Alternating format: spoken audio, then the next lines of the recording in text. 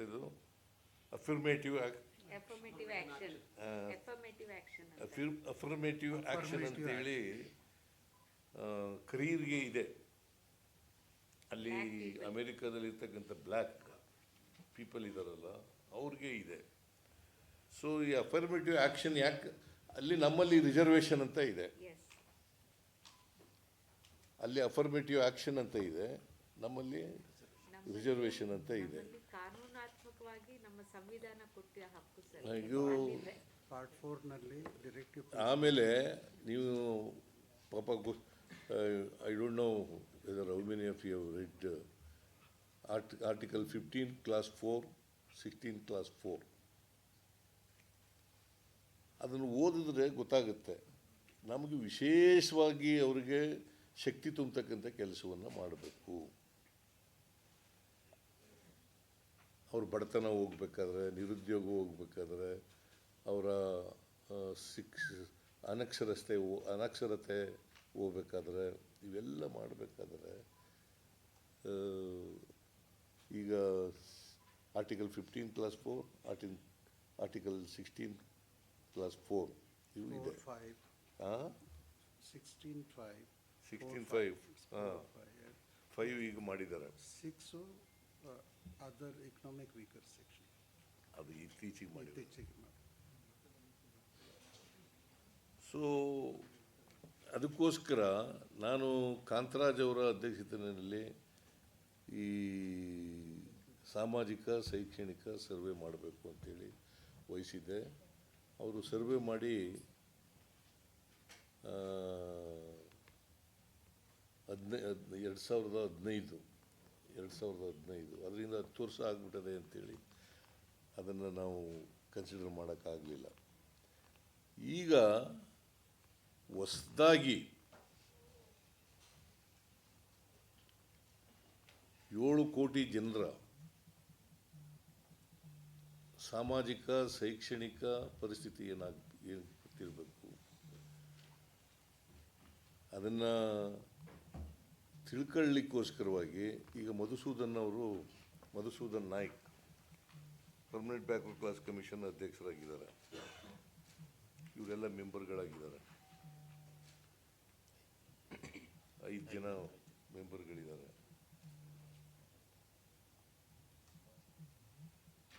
ಈ 5 ಜನ ಮೆಂಬರ್ಗಳು ಮತ್ತು permanent backward class commission secretary ಇದ್ದಾರೆ, ದಯಾನಂದ್ ಇದ್ದಾರೆ, ಮೆಂಬರ್ ಸೆಕ್ರೆಟರಿ. ಇಲ್ಲ, ದಯಾನಂದ್ ಬಂದಿಲ್ವಾ? ಅವರೇನೋ ಪರ್ಸನಲ್ ಕನ್ವೀನಿಯನ್ಸ್. ಇದನ್ನು ಇವ್ರಿಗೆ ಆ ಜವಾಬ್ದಾರಿ ಕೊಟ್ಟಿದ್ದೀವಿ. ಮತ್ತು ಆದಷ್ಟು ಜಾಗ್ರತೆ ಸರ್ವೆ ಮಾಡಿ ರಿಪೋರ್ಟ್ ಕೊಡಬೇಕು ಸರ್ಕಾರಕ್ಕೆ ಅಂತ ಹೇಳಿದ್ದೀವಿ. ಆದಷ್ಟು ಜಾಗ್ರತೆ. ಅವರು ಕೂಡ ಹಿಂದುಳಿದ ಆಯೋಗದವರು. ನಾವು ಒಂದು ಅಂದಾಜಿನ ಪ್ರಕಾರ ಅದು ಡಿಸೆಂಬರ್ ಒಳಗಡೆ ವರದಿ ಕೊಡ್ತೀವಿ ಅಂತ ಹೇಳಿದ್ದಾರೆ.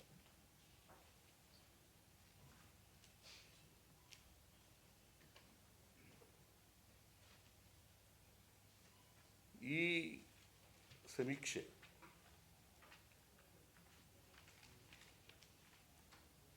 ಮಧುಸೂದನ್ ನಾಯ್ಕ್ ಅವರ ಅಧ್ಯಕ್ಷತೆಯಲ್ಲಿ ಇರ್ತಕ್ಕಂಥ ಹಿಂದುಳಿದ ಆಯೋಗ, ಇವರು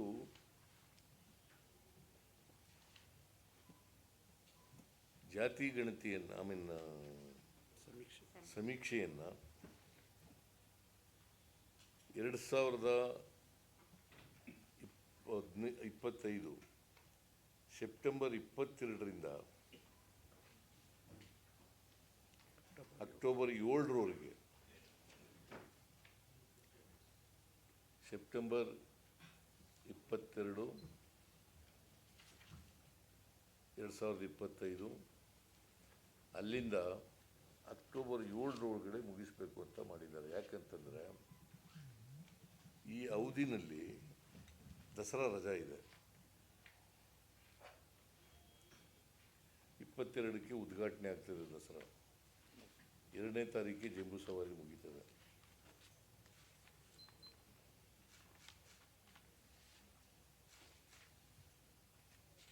ಟೀಚರ್ಸ್ಗಳನ್ನ ನಾವು ಉಪಯೋಗಿಸ್ಕೊಂಡು ಸರ್ವೆಗೆ ಅವ್ರಿಗೆ ಜವಾಬ್ದಾರಿಯನ್ನು ಕೊಡಬೇಕು.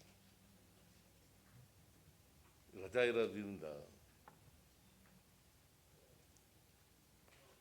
ಸರ್ಕಾರಿ ಶಾಲೆಯಲ್ಲಿರ್ತಕ್ಕಂಥ ಟೀಚರ್ಸ್ಗಳು, ಉಪಾಧ್ಯಾಯರುಗಳು, ಅವರನ್ನು ಸರ್ವೆಗೆ ಬಳಸ್ಕೊಳ್ತಕ್ಕಂಥದ್ದು ಸುಮಾರು 1,60,60,000 ಅಲ್ಲ, 85,000 ಜನ. ಆ?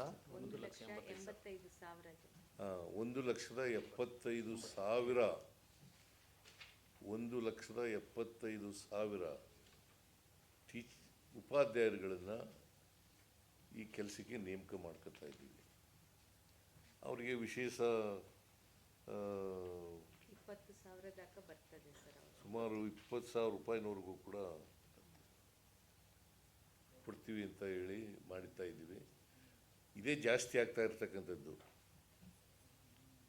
20,000 ಮಾಡ್ತಾ ಇದ್ದೀವಲ್ಲ, 1,75,000 ಟೀಚರ್ಸ್ಗಳಿಗೆ 25 ಕೋಟಿ ಅವರಿಗೆ ರೆಮ್ಯುನರೇಷನ್, 325 ಕೋಟಿ ಅವರಿಗೆ 325 ಕೋಟಿಯಷ್ಟು ರೆಮ್ಯುನರೇಷನ್ನೇ ಆಗುತ್ತೆ. 325 ಕೋಟಿ.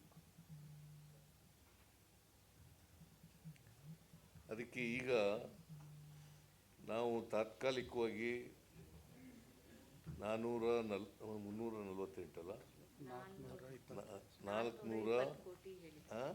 420 ಕೋಟಿ ಕೊಡ್ತೀವಿ ಅಂತ ಹೇಳಿದ್ದೀರಿ ಸರ್. 420 ಕೋಟಿ ನಾವು ಸಾಲದೆ ಹೋದರೆ ಮತ್ತೆ ಕೊಡ್ತೀವಿ. ಮರುಸಮೀಕ್ಷೆಗೆ ಟೀಚರ್ಗಳದೇ 325 ಕೋಟಿ ಆಗುತ್ತೆ.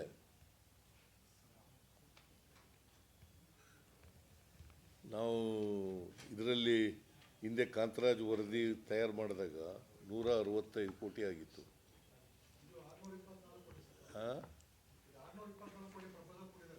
ಯಾರು? ಈಗ ನಾನು ಹೇಳ್ತಾ ಇರೋದು ಬರ್ಕಳಪ್ಪ ನೀನು. ಅವ್ರು ಕೊಟ್ಟಿರೋದು ಕೊಟ್ಟಷ್ಟೆಲ್ಲ ಬರೀ ಕೊಡೋಕ್ಕಾಗಲ್ಲ. ಈಗ 400 ಚಿಲ್ಲರೆ ಕೊಟ್ಟಿದ್ದೀವಿ, ಇನ್ನು ಉಳಿದ್ರೆ ಇನ್ನೂ ಬೇಕಾದರೆ ಕೊಡ್ತೀವಿ.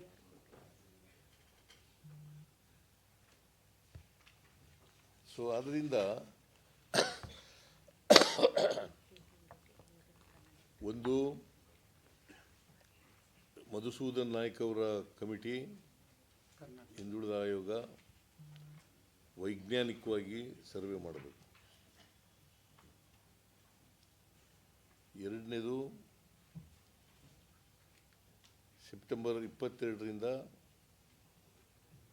ಸರ್ವೆ ಪ್ರಾರಂಭ ಆಗುತ್ತೆ, ಸಮೀಕ್ಷೆ, ಮತ್ತು 7ನೇ ತಾರೀಕಿನವರೆಗೆ ನಡೀತದೆ. ವರದಿಯನ್ನು ಡಿಸೆಂಬರ್ ಒಳಗಡೆ ಕೊಡಬೇಕು. ಆಮೇಲೆ ಈ ಸಾರಿ ಒಂದು ವಿನೂತನವಾದಂಥ ಪದ್ಧತಿಯನ್ನು ನಾಗಮೋಹನ್ ದಾಸ್ ಸಮಿತಿಯವರು, ಆಯೋಗದವರು ಮಾಡಿದ್ರಲ್ಲ, ಈ ಒಳ ಮೀಸಲಾತಿ ಬಗ್ಗೆ ಮಾಡಿದ್ರಲ್ಲ, ಆ ಥರದ್ದು ಇವರು ಕೂಡ ಮಾಡ್ತಾ ಇದ್ದಾರೆ. ಯಾಕಂತಂದರೆ ಈ ಮನೆ ಮನೆಗೂ ನಾವು ಕರೆಂಟ್ ಕೊಟ್ಟಿದ್ದೀವಿ. ಈ ಮೀಟರ್ ರೀಡರ್ ಇರ್ತಾರಲ್ಲ, ಮೀಟರ್ ರೀಡರು, ಸೊ ಅವರು ಪ್ರತಿ ತಿಂಗಳು ಕೂಡ ಮೀಟರ್ ರೀಡಿಂಗ್ ಮಾಡ್ತಾರೆ. ನಾವು ಮನೆ ಕನೆಕ್ಷನ್ ಕೊಡುವಾಗ 6 ನಂಬರ್ ಕೊಟ್ಟಿರ್ತೀವಿ. ಜಿಯೋ ಟ್ಯಾಗ್ ಅವರು ಹೋಗಿ ಜಿಯೋ ಟ್ಯಾಗಿಂಗ್ ಮಾಡ್ತಾರೆ. ಸೊ ಇವರು ಹೋಗಿ ಜಿಯೋ ಟೈಪ್ ಮಾಡ್ತಕ್ಕಂಥ ಕೆಲಸ ಮಾಡ್ತಾರೆ. ಮತ್ತು ಅವ್ರ ಮನೆಯಲ್ಲಿ ಎಷ್ಟು ಮನೆಗಳಿದ್ದಾವೆ ಆ ಮನೆಗಳನ್ನೆಲ್ಲ ಐಡೆಂಟಿಫೈ ಮಾಡಿ ಆ ಮನೆಗಳಿಗೆ ಒಂದು ಯುನಿಕ್ ಹೌಸಿಂಗ್ ಐಡಿ ಪಟ್ಟಿ ನಂಬರ್ ಒಂದು ಕೊಡ್ತಾರೆ.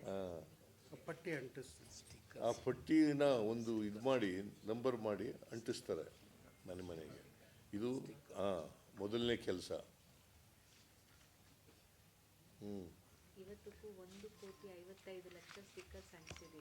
UHID ಅಂತ ಹೇಳ್ತಾರೆ ಇದಕ್ಕೆ, ಯುನಿಕ್ ಹೌಸ್ಹೋಲ್ಡ್ ಐಡೆಂಟಿಟಿ, ಯುನೀಕ್ ಹೌಸ್ಹೋಲ್ಡ್ ಐಡೆಂಟಿಟಿ.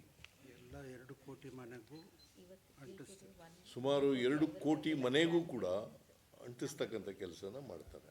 ಇವತ್ತಿಗೆ 1.55 ಕೋಟಿ ಅಂಟಿಸಿದ್ದೀವಿ. ಈಗ ಇವತ್ತಿನವರಿಗೆ 1,55,00,000 ಮನೆಗಳಿಗೆ ಈ ಪಟ್ಟಿಯನ್ನು ಅಂಟಿಸ್ತಕ್ಕಂಥ ಕೆಲಸ, ಈ ಸ್ಲಿಪ್ ಅಂತ ಸ್ಟಿಕ್ಕರ್ ಅದು ಅಂಟಿಸ್ತಕ್ಕಂಥ ಕೆಲಸ ಮಾಡ್ತೇನೆ. ಅದು ಒಂದು. ಆಮೇಲೆ ಅದಾದಮೇಲೆ ಮನೆಗೆ ಮೇಸ್ಟ್ರಿಗಳು ಟೀಚರ್ ಸರ್ವೆ ಮಾಡ್ತಾರೆ. ಪ್ರತಿ ಮನೆಗೂ ಕೂಡ ಅಲ್ಲಿ ಈ ಆಧಾರ್ ಕಾರ್ಡ್ ಇದೆಯಲ್ಲ, ಪಡಿತರ ಚೀಟಿ ಮತ್ತು ಆಧಾರ್ ಕಾರ್ಡು, ಅದನ್ನು ಅವರು ಮೊಬೈಲ್ ಇದ್ದರೆ ಮೊಬೈಲ್ಗೆ ಲಿಂಕ್ ಮಾಡ್ತಾರೆ. ಕಂಪಲ್ಸರಿ ಇರೋದ್ರಿಂದ ಯಾರ್ಯಾರ ಹತ್ರ ಮೊಬೈಲ್ ಇದೆ ಅದಕ್ಕೆ ಲಿಂಕ್ ಮಾಡ್ತಕ್ಕಂಥ ಕೆಲಸವನ್ನು ಮಾಡ್ತಾರೆ. ಒಂದು ವೇಳೆ ಮೊಬೈಲ್ ಇಲ್ಲದೆ ಹೋದರೆ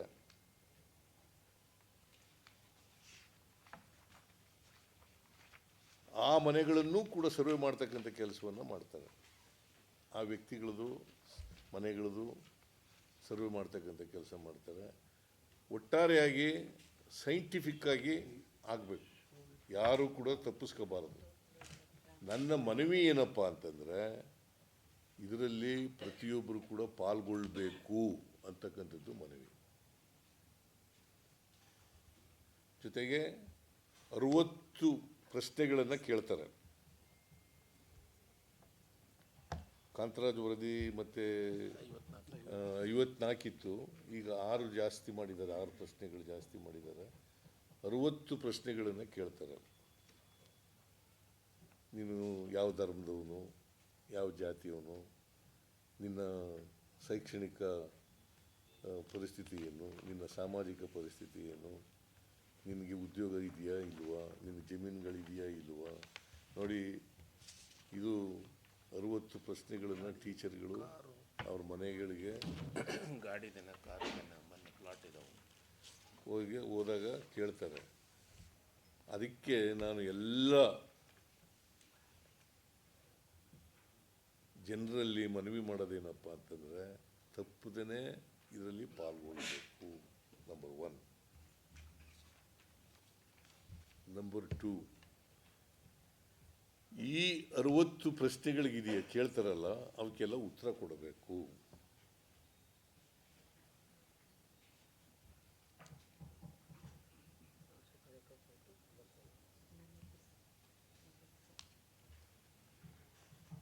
ಮತ್ತೆ ಯಾರೂ ಕೂಡ ಇದರಲ್ಲಿ ತಪ್ಪಿಸ್ಕೋಬಾರ್ದು.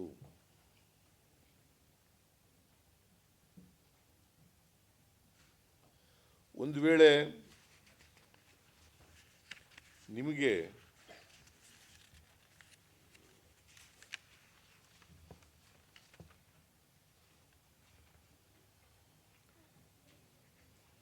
ಮನೇಲಿ ಇರೋಕ್ಕಾಗಲಿಲ್ಲ ಅಂತಂದರೆ, ಒಂದು ಸಹಾಯವಾಣಿ ಇದೆ ಆಯೋಗದ್ದು.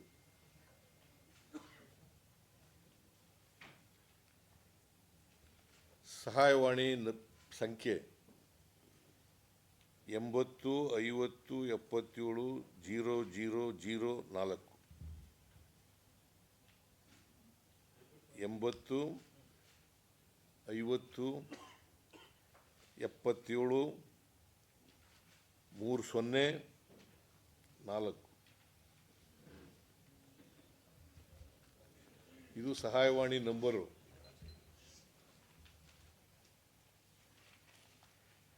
ಅದಕ್ಕೆ ಕರೆ ಮಾಡಬಹುದು.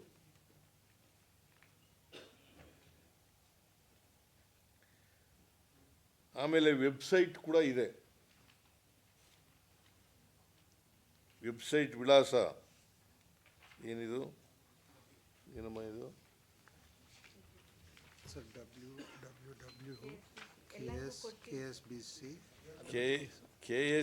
Karnataka state KSCBC Karnataka government ಇನ್ ಕೊಡ್ತೀವಿ ಕಾಪಿ ಕೊಟ್ಟಿದ್ದೀರಾ? ಹ್ಯಾಂಡ್ ಬುಕ್ ಇದೆ ಎಲ್ಲ ಕೊಡ್ತೀವಿ ಇದು ನೋಡ್ಕೊಳ್ಳಿ.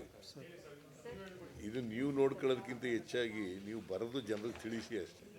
ಸರ್ ಆನ್ಲೈನು ಇರ್ತದೆ, ಆನ್ಲೈನ್ ಎನ್ಯುಮರೇಷನು ಆನ್ಲೈನ್ ಮೂಲಕನೂ ಕೂಡ ಮಾಡ್ಬೋದು. ಒಂದು ನ್ಯೂಸ್ ಕರೆಂಟ್ ವಿದ್ಯುತ್ ಅವರು ಮನೆ ಮನೆಗೆ ಹೋಗಿ ಸ್ಟಿಕ್ಕರ್ ಅಂಟಿಸ್ತಾರೆ RR ನಂಬರ್ ತಗೊಂಡು. ಆಮೇಲೆ ಆಶಾಕರ್ತರು ಮನೆ ಮನೆಗೆ ಹೋಗಿ ಆಮೇಲೆ ಆಶಾ ಕಾರ್ಯಕರ್ತರು ಇದು ಮೊದಲೇ ಟೀಚರ್ಸ್ಗಳು ಹೋಗೋದಕ್ಕಿಂತ ಮುಂಚಿತವಾಗಿ 3 ದಿವಸ ಮುಂಚೆ 3 ದಿನ ಮುಂಚಿತವಾಗಿ ಹೋಗಿ ಆಶಾ ಕಾರ್ಯಕರ್ತರು ಎಲ್ಲರ ಮನೆಗಳಿಗೆ ಹೋಗಿ ನಾಳೆ 60 ನಾಳೆಯಿಂದ ಆ ನಮೂನೆ ಕೊಡ್ತಾರೆ ಸರ್. ಇದನ್ನು ಕೊಡ್ತಾರೆ. ಈ ನಮೂನೆಯನ್ನು ಕೊಟ್ಬಿಡ್ತಾರೆ ಅವ್ರಿಗೆ ಮುಂಚಿತವಾಗಿ. awareness ಬರ್ತದೆ patient. ಯಾಕಂತಂದರೆ ಓದ್ಕೊಂಡಿರಲಿ ಅಂತ, ಅವ್ರಿಗೆ ಗೊತ್ತಾಗಿ ಮಾಹಿತಿ ಗೊತ್ತಿರಲಿ ಅಂತ. ಅವನ್ನೆಲ್ಲ ಕೊಟ್ಟು ಎಲ್ಲರಿಗೂ ಈ ಕಡೆ ಕೊಡಿ ನೀನು. ಪ್ರೆಸ್ ಮೀಟ್ ಆದಮೇಲೆ ಕೊಡಿ. ಹಾಂ ಪ್ರೆಸ್ ಮೀಟ್ ಕೊಟ್ರೆ ಅನುಕೂಲ ಆಗುತ್ತೆ. ಇದು ಟೀಚರ್ಗಳು ಹೋದಾಗ ಮನೆಗೆ ಉತ್ತರ ಕೊಡಲಿಕ್ಕೆ ಅನುಕೂಲ ಆಗುತ್ತೆ. ಕೊಡ್ತೀವಿ ಎಲ್ಲರಿಗೂ ಕೊಡ್ತೀವಿ ಎಲ್ಲ ಕಾಪಿ. ಆಶಾ ಕಾರ್ಯಕರ್ತರು ಸಾಹೇಬ್ರ ಕ್ವಶನ್ ಮುಂಚಿತವಾಗಿಯೇ ಟೀಚರ್ಗಳು ಹೋಗೋದಕ್ಕಿಂತ ಮುಂಚಿತವಾಗಿಯೇ ಮನೆ ಮನೆಗೆ ಹೋಗಿ ಈ ನಮೂನೆಗಳನ್ನು ಕೊಡ್ತಾರೆ. ಅವರು ಓದಕ್ಕೆ ಬರೋರು ಓದ್ಕೋಬೋದು, ಓದಕ್ಕೆ ಬರದೇ ಇದ್ದವರು ಬೇರೆಯವ್ರ ಮೂಲಕ ಓದ್ಕೊಂಡು ತಿಳ್ಕೊಳ್ತಕ್ಕಂಥ ಕೆಲಸ ಮಾಡಬೇಕು. ಒಟ್ಟಾರೆಯಾಗಿ they must be prepared. They must be prepared. Whatever questions, I mean, according to the ನಮೂನೆ, ಅವೇರ್ನೆಸ್ಸನ್ನು ಸ್ಪ್ರೆಡ್ ಮಾಡಿ ಅದು ಅವೇರ್ನೆಸ್ಸನ್ನು ಕ್ರಿಯೇಟ್ ಮಾಡ್ತಕ್ಕಂಥದ್ದು.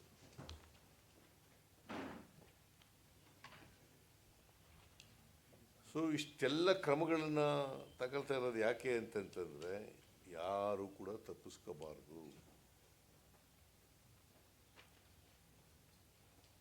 ಎಲ್ಲರ ಮನೆಗಳಲ್ಲೂ ಕೂಡ ನಮಗೆ ಅವರ ಮಾಹಿತಿ ಸಿಗಬೇಕು. ಅಪಾರ್ಟ್ಮೆಂಟ್ಗಳಿಗೂ ಎಲ್ಲ ಅಪಾರ್ಟ್ಮೆಂಟ್ಗಳಿಗೂ ಹೋಗ್ತಾರೆ. ಈಗ ಪ್ರತಿಯೊಬ್ಬ ಟೀಚರ್ಗೆ ಎಷ್ಟು ಮನೆ ಕೊಡ್ತೀರಿ? 150 ಮನೆ. ಒಬ್ಬ ಟೀಚರ್ಗೂ 120ರಿಂದ 150 ಮನೆ ಕೊಡ್ತೀವಿ ಸರ್. 120ರಿಂದ 150 ಮನೆಗಳು ಎನ್ಯೂಮರೇಷನ್ ಬ್ಲಾಕ್ ಮಾಡಿ ಅವ್ರಿಗೂ ಕೊಡ್ತೀವಿ. ಒಂದೊಂದು ಬ್ಲಾಕ್ ಮಾಡಿ ಒಬ್ಬ ಟೀಚರ್ಗೆ 120ರಿಂದ 150 ಮನೆಗಳು. ಅದು ಅಪಾರ್ಟ್ಮೆಂಟ್ ಇರಲಿ, ಅಲ್ಲಿ ಎಷ್ಟು ಮನೆಗಳಿರ್ತವೆ ಅಷ್ಟು ಅಪಾರ್ಟ್ಮೆಂಟ್ಗಳಿರ್ತವೆ, ಅಷ್ಟು ಅಪಾರ್ಟ್ಮೆಂಟ್ಗಳಲ್ಲಿ ಕೆಲವರು ತಮ್ಮ ಜಾತಿಯನ್ನ ಹೇಳ್ಕೊಳ್ಳೋಕೆ ಮುಂದೆ ಬರ್ತಿಲ್ಲ, ತುಂಬಾ ಜನ ಇಂಜೆಕ್ಟ್ ಆಗ್ತಿದ್ದಾರೆ ಅಂತ ಲಾಸ್ಟ್ ಟೈಮ್ ಸಿಕ್ಕಾಪಟ್ಟೆ ಕಂಪ್ಲೇಂಟ್. ಅದಕ್ಕೆ ನೋಡಪ್ಪ, ಆನ್ಲೈನ್ ಮೂಲಕ ಕೊಡಲಿ. ನೀವು ಜಾತಿ ಹೇಳ್ಕೊಳಕ್ಕಾಗಲ್ಲ ತಾನೇ ಟೀಚರ್, ಬೇರೆ ದಾರಿ ಇದೆಯಲ್ಲ. ಆನ್ಲೈನ್ ಬಹಿರಂಗಪಡಿಸ್ಕೊಳ್ಳೋಕೆ ಮುಂದೆ ಬರ್ತಿಲ್ಲ, ಅವ್ರ ಜಾತಿನ ಬಹಿರಂಗಪಡಿಸ್ಕೊಳ್ಳೋದಕ್ಕೆ ಮುಂದೆ ಬರ್ತಿಲ್ಲ. ನೋಡಿ, ಈಗ ನಾಗಮೋಹನ್ ದಾಸ್ ಒಳ ಜಾತಿ ಆಗಿದೆ, ಒಳ ಮೀಸಲು ಆಗಿದೆ. ಹಾಗೆ ಎಷ್ಟು ಪರ್ಸೆಂಟ್ ಆಗಿದೆ? 93% ಆಗಿದೆ. 100% ಮಾಡಬೇಕು ಅಂತಕ್ಕಂಥದ್ದು ನಮ್ಮ ಉದ್ದೇಶ. ಈಗ ಅದಕ್ಕೆ ಯಾರಿಗೆ ಜಾತಿ ಹೇಳ್ಕೊಳ್ಳೋಕ್ಕೆ ಕಷ್ಟ ಆಗ್ತದೆ ಅಥವಾ ಟೀಚರ್ಗಳು ಹೋದಾಗ ಸಿಗೋದಿಲ್ಲ, ಅವರು ಸಹಾಯವಾಣಿ ಮೂಲಕ ಕರೆ ಮಾಡಿ ಹೇಳ್ಬೋದು. ನಂಬರ್ 1. ನಂಬರ್ 2, ಆನ್ಲೈನ್ ಮೂಲಕ ಕೊಡಲಿಕ್ಕೆ ಅವಕಾಶ ಇದೆ.